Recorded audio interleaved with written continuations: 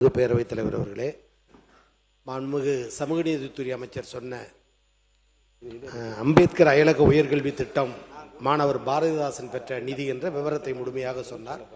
நாங்களும் கேட்டோம். ஆனால் வானத்தில் பறக்கிற விமானத்தை பார்த்து விமானத்தில் ஏறுவோமா என்று ஏங்கியிருந்த கிராம ஆதி திராவிடர் மக்களுக்கு, குறிப்பாக நீலகிரி மாவட்டம் தேயிலை தோட்டத்தை விட்டு பிள்ளை கூட கனடா சென்று பல்கலைக்கழகத்தில் உயர்கல்வி படிக்கக்கூடிய அந்த திட்டத்தை அறிவித்த தலைவர் தமிழ்நாட்டு முதலமைச்சராக இருந்த அண்ணன் தளபதி அவர்கள். அந்த திட்டத்தின் கீழ் தான் மாணவர் பாரதிதாசன் பயிலுகிறார்.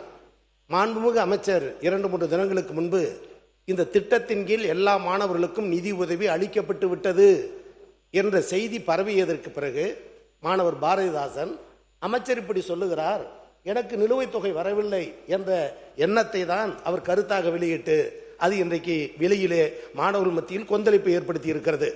மாண்புமிகு அமைச்சர் இந்த தேதியில் இத்தனை லட்சம், இந்த தேதியில் இந்த லட்சம் என்று சொன்ன அனைத்து நிதி உதவியும் கடந்த திராவிட மாடல் நாயகன் தளபதி மு.க. ஸ்டாலின் ஆட்சியில் பாரதிதாசனுக்கு வழங்கப்பட்டது உண்மை. மாறாக மாணவர் கருத்து தெரிவித்ததற்கு பிறகு நிதி ஒதுக்கீடு தாவேக அரசு செய்திருக்கிறதா என்பதை மாண்புமிகு அமைச்சர் தெரிவித்தால் அது மாணவர்கள் மத்தியில், குறிப்பாக ஆதி திராவிட மாணவர்கள் மத்தியில் இருக்கிற ஐயத்தை போக்கும் என சொல்லி எல்லாவற்றிற்கும் பிதாமகன் தளபதி மு.க. ஸ்டாலின் என்பதை பதிவு செய்து அமர்கிறேன். அமைச்சர். மாண்புமிகு உறுப்பினர் நம்முடைய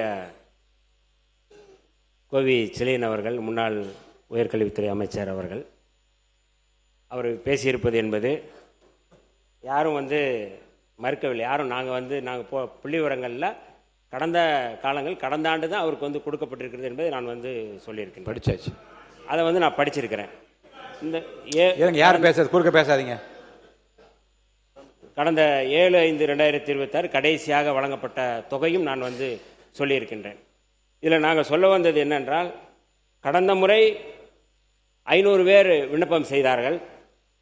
ஆனால் கடந்த அரசு வழங்கியிருக்கின்ற எண்ணிக்கை அப்படிங்கிறது குறைவானது அப்படிங்கிறது அடிப்படையில் நம்ம அதை சொன்னோம்.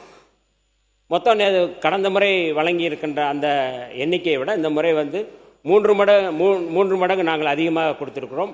குறிப்பாக நான் இந்த துறைக்கு வந்த பிறகு விண்ணப்பம் செய்த அத்தனை மாணவர்களுக்கும், அயலகம் படிக்கக்கூடிய அத்தனை மாணவர்களுக்கும் அவர்கள் என்ன எலிஜிபிள் இருக்கோ அந்த எலிஜிபிள் அடிப்படையில் உடனே வழங்க வேண்டும் என்று கோரிக்கை வைத்திருந்தேன். மாண்புமிகு முதல்வர் அவர்களோட நான் கோரிக்கை வைத்திருந்தோம். ஆனால் அதற்கான நிதி இல்லை. போன முறை 84 கோடி வழங்கினாங்க. இந்த முறை கூடுதலாக வழங்க முடியாது என்று சொன்னபோது மரியாதைக்குரிய ஃபைனான்ஸ் மினிஸ்டர் இன்னைக்கு இப்போ வரல, அவரோடு நாங்கள் உரையாடி அதற்கு பிறகு ஃபைனான்ஸ் செக்ரட்டரியோடு பேசி அதற்கு பிறகு மாண்புமிகு முதல்வர் அவரிடம் சொன்னபோது முதல்வர் அவர்கள் சொன்னார்கள், அயல்நாட்டில் படிக்கக்கூடிய இந்த மாணவர்கள் எந்த சூழ்நிலையிலும் அவர்கள் தடைபடக்கூடாது, அத்தனை மாணவர்களும் அவர்கள் வெளிநாட்டுக்கு சென்று படிக்க வேண்டும் என்று வழிகாட்டி இருக்கிறார்கள். அந்த வகையில் தான் இன்றைக்கு கூடுதலாக 131 கோடி ரூபாய் கூடுதலாக இன்றைக்கு வழங்கப்பட்டு அந்த தொகை இன்றைக்கு எல்லோருக்குமே கொடுக்கப்பட்டிருக்கு. அதில் மாண்புமிகு உறுப்பினர் அவர்கள் சொன்னதை போல நிறைய அதில் விசா பிரச்சனை இருக்குது அப்படிங்கிறத நிறைய மாணவர்கள் கவனத்தில் கொண்டார்கள். அது குறித்து எங்களுடைய செயலாளர் அவரும் அனுப்பியிருக்கிறாங்க சென்ட்ரல் கவர்மெண்ட்டுக்கு, அதாவது மத்திய ஒன்றிய அரசுக்கு. மாண்புமிகு முதல்வர் அவர்களும் இது குறித்து கடிதம் எழுதியிருக்கிறார்கள். நாங்களும் இது குறித்து கடிதம் எழுதியிருக்கிறோம். யூகே அந்த நாட்டுக்கு போவதற்கான விசாவில் பிரச்சனை இருக்குது, அதை சரி செய்ய வேண்டும் என்று நாங்கள் கோரிக்கை வைத்திருக்கின்றோம். ஆகவே எந்த விதமான குழப்பமும் இல்லை, எந்த விதமான பதற்றமும் இல்லை. அத்தனை மாணவர்களும் இந்த ஆண்டு 362 மாணவர்களும் அயலகம் சென்று படிப்பார்கள். தவறான செய்திகளை பரப்பக்கூடாது என்பதற்காக அந்த செய்தியை நான் சொன்னேன். நன்றி, வணக்கம்.